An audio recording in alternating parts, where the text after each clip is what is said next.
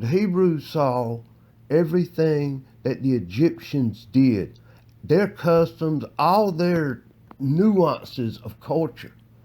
400 years, that's all they knew, your lot in life. But the magicians, Pharaoh's mighty ones, these were the mighty ones that were allowed Pharaoh to rule, basically. And, they just kind of propped Pharaoh up.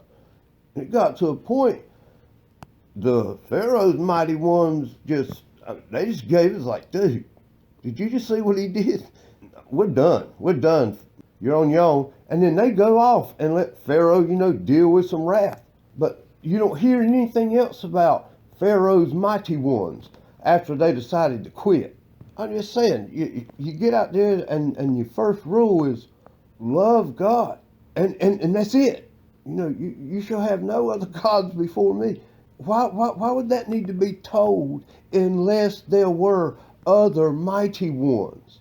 People among them knew about the Egyptian mighty ones. So there are mighty ones in the earth. There's mighty ones afterward. So let's look at the 10 Commandments. We've had the first one, thou shalt have no other gods before me. Well, they were privy to all the Egyptian gods. So, no other gods before me. Number 2, thou shalt not make unto thee any graven image or any likeness of anything that is in heaven above, or that is in the earth beneath, or that is in the water under the earth. Thou shalt not bow down thyself to them, nor serve them, for I, Yahuwah, am jealous, visiting the iniquity of the fathers upon the children unto the 3rd and 4th generation of them that hate me, and showing mercy unto thousands of them that love me and keep my commandments. In Egypt, they would have seen all of the quote-unquote gods carved on the walls, carved on the pillars. Number 3, thou shalt not take the name Yahuwah in vain, for Yahuwah will not hold him guiltless that taketh his name in vain. It seems to be kind of important to know the name of the Father, not just the name of a God.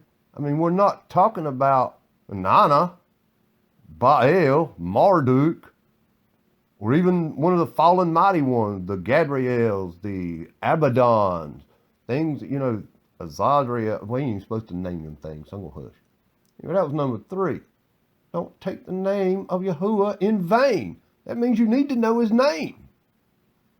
Remember the Sabbath day to keep it holy. If you're a slave, you worked when they told you to work.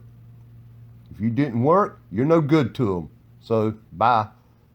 They needed number 4 because they worked all the time, whenever they were told to work. Number 5, honor thy father and thy mother, that thy days may be long upon the land which Yahuwah giveth thee. Honor your mom and daddy. Anything you do against morals, against better judgment, that's not honoring your parents. Getting enraged and cursing at your parents or yelling at your parents, that's not honoring your parents. We know what honoring our parents is. And if you don't, then you may be punished for it, and you might not live too long upon the land which Yahuwah giveth thee.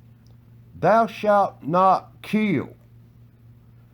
You can imagine as a slave, the taskmasters, they didn't mind killing you. I mean, people are a resource. But if they don't like what you're doing, they can kill you. Number 7, thou shalt not commit adultery. You're a slave, you're married. One of the taskmasters decides that your wife is pretty attractive, and he just takes her. He just committed adultery because he wanted it. That's it. But when you go off and you're sleeping around with someone else's spouse, that brings in number 6, thou shalt not kill. You don't want to tempt somebody to kill you. And committing adultery is tempting someone to kill you. Number 8, Thou shalt not steal. If you're a slave, you had something that the taskmasters wanted, they would take it. After 400 years of seeing all this stuff, you need to be reminded, don't take things that do not belong to you. Thou shalt not bear false witness against thy neighbor. Number 9. Don't lie. Don't lie about people. Don't lie to people. Don't lie. If it's not true, don't tell it knowing that it's not true. And number 10, this is pretty much will sum up the other ones. Thou shalt not covet thy neighbor's anything. Name it. If it doesn't belong to you, don't covet it. What do we covet? What we see every day. You take a taskmaster, some slave's got something that he's made and you kind of like it, you just think about it a lot. Eventually, you'll take it. You might have to kill to take it. You might have to lie to take it. You might just steal it with no one knowing. You might commit adultery and then use that as blackmail to get it. And if you're doing that, you're not honoring your father and mother.